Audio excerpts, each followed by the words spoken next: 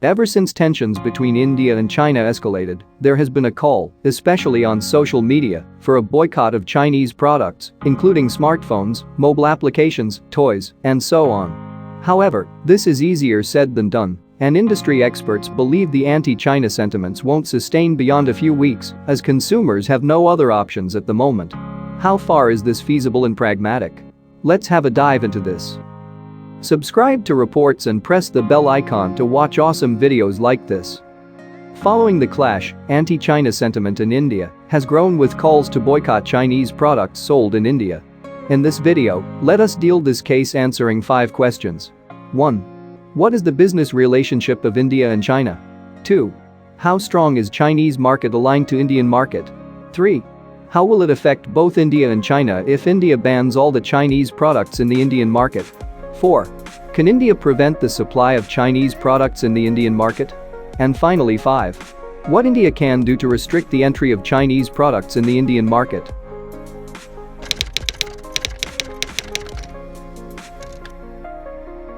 India imported more than $62 billion worth of goods from China between April 2019 to February this year and exported only around $15.5 billion worth of products, Indian government data showed.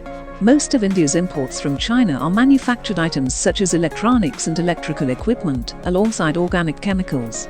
China is India's biggest trading partner, with bilateral trade amounting to $103.5 billion in the April 2019-February 2020 period.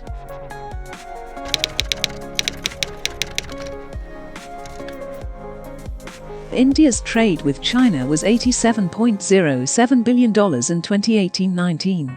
In this duration, Indian import from China was $70.32, while Indian export to China was just $16.75. It means India's trade deficit with China was $53.57 billion in 2018-19. Trade with China constitutes more than 40% of India's total trade deficit. The major aspects of the study reveal the following sectors in Indian market, which are fully aligned to the alternatives imported from China: pharmaceutical industry, solar industry, textile industry, firecracker industry, bicycle industry, toys. So this implies, in 2017-18, almost 60% of India's import requirements of electrical and electronic equipment was met by China. In our smartphone industry, out of the 5 best-selling phone brands in India, 4 are Chinese: Xiaomi, Vivo, Realme and Oppo. These 4 brands combined dominate over 60% of the smartphone market in India. On the other hand, 30% of India's automobile components are met from China, and about 90% of the country's toy market is occupied by Chinese products. Similarly, 50% of the demand in the country's bicycle market is met by imports, in which China has a large share. Thus, some of the key sectors of the Indian economy are critically dependent on China.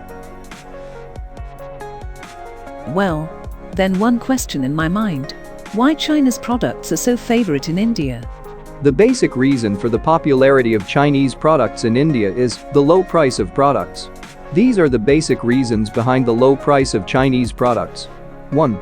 The cost of production in China is low due to the availability of cheap labor force. 2. The manufacturing sector in China gets a subsidy from the government, which reduces the cost of production of the goods. 3. Chinese manufacturers produce a huge quantity of the goods, which reduces the cost per unit. Law of economics of scale is applicable here.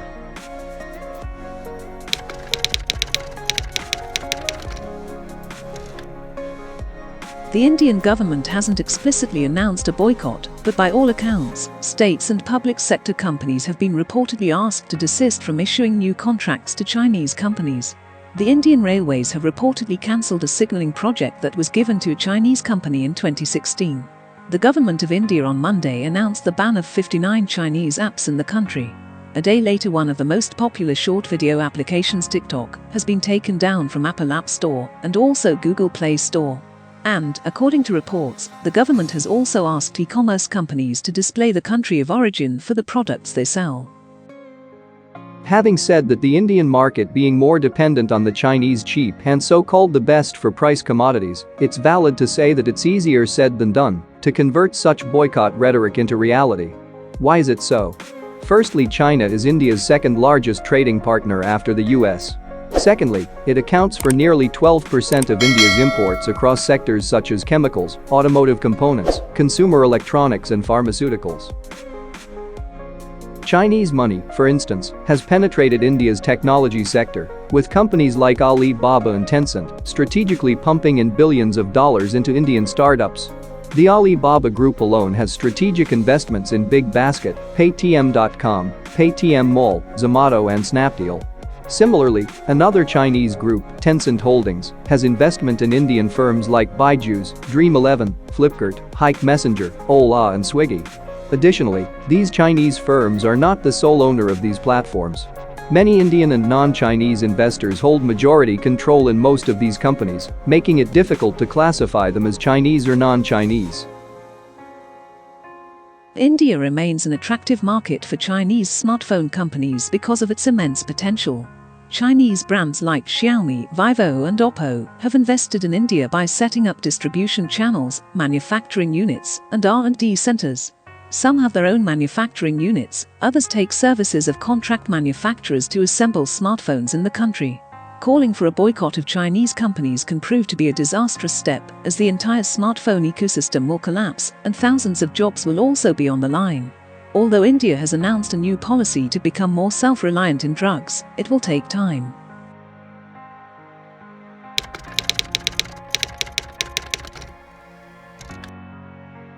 As per the rules made by the World Trade Organization, it is not possible to impose a full ban on imports from any country, even if there are no diplomatic, regional, and trade relations with that country.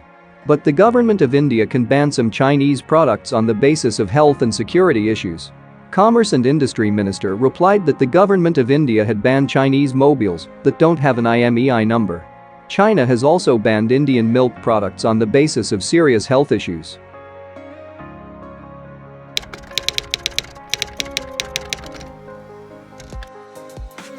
India can impose an anti-dumping duty and countervailing duty on the cheap Chinese products like electronic items and toys.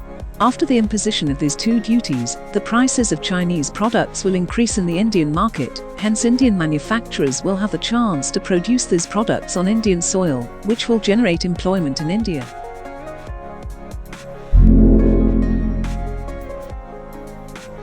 A pragmatic blueprint needs to be put in place focusing on a mechanism for import substitution to be worked out, thereby creating such product alternatives which can compete both in quality and cost against Chinese products.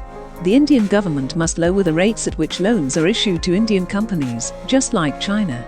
Thirdly, the foreign direct investment (FDI) regime also needs to be further liberalized.